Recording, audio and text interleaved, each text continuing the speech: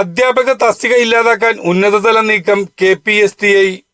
6ാം പ്രവൃത്തി ദിനത്തിലെ കുട്ടികളുടെ എണ്ണത്തിനനുസരിച്ച് തസ്തിക നിർണയം നടത്തേണ്ട ഇന്ന് ഉന്നതതല ഇടപെടലിലൂടെ കുട്ടികളുടെ TC വിദ്യാലയങ്ങൾക്ക് കൈമാറുന്നത് തടസ്സപ്പെട്ടിരിക്കുകയാണെന്നും സർക്കാർ നടപടി അങ്ങേയറ്റം അപലനീയവും ആസൂത്രിതമായി അധ്യാപക തസ്തികകൾ ഇല്ലാതാക്കാനുള്ള നീക്കമാണെന്നും KPSTI സംസ്ഥാന കമ്മിറ്റി ആരോപിച്ചു.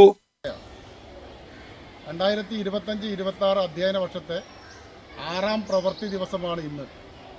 ഈ 6ാം പ്രവൃത്തി ദിവസത്തിൽ സ്വാഭാവികമായിട്ടും അധ്യാപക തസ്തികകളുടെ അംഗീകരിക്കുന്നത് 6ാം പ്രവൃത്തി ദിവസത്തെ കുട്ടികളുടെ റോൾ സ്ട്രെങ്ത്തിൻ്റെയും UIDയുടെയും അടിസ്ഥാനത്തിലാണ്.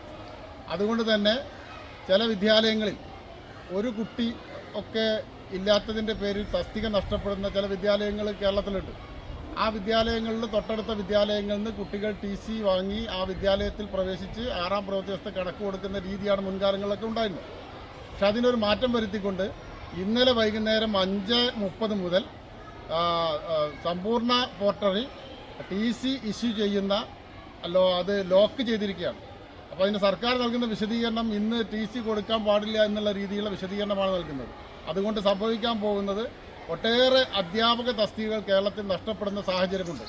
മാനുഷിക പരിഗണന വെച്ചെങ്കിലും ഈ ഗവൺമെൻറ് അത് പരിഹാരമുണ്ടാക്കി ഇന്ന് TC നൽകാനുള്ള ഒരു സാഹചര്യം ഉണ്ടാക്കണമെന്നും സമ്പൂർണ്ണ പോർട്ടലിൽ ലോഗ് ചെയ്ത ആ സംവിധാനത്തെ ഒന്ന് മാറ്റി അധ്യാപക പക്ഷ നിലപാടുകളുമായി മുന്നോട്ട് പോകണമെന്നും KPSTയുടെ സംസ്ഥാന കമ്മിറ്റി ആവശ്യപ്പെടുന്നു.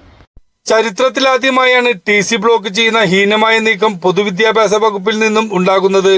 ആയിരക്കണക്കിന് അധ്യാപക തസ്തികകളാണ് സർക്കാർ ഈ നീക്കത്തിലൂടെ ഇല്ലാതാക്കുന്നത്. അധ്യാപകരില്ലാതെ പൊതുവിദ്യാഭ്യാസ ശാക്തീകരണം, ഗുണമേന്മ വിദ്യാഭ്യാസം എങ്ങനെ നടപ്പിലാക്കുമെന്നും പൊതുസമൂഹത്തെ വഞ്ചിക്കുന്ന സർക്കാർ നയം അടിയന്തരമായി തിരുത്തണമെന്നും TC വിദ്യാലയങ്ങൾക്ക് കൈമാറാൻ വേണ്ട അടിയന്തര നടപടി സ്വീകരിക്കണമെന്നും KPSTI സംസ്ഥാന കമ്മിറ്റി ആവശ്യപ്പെട്ടു.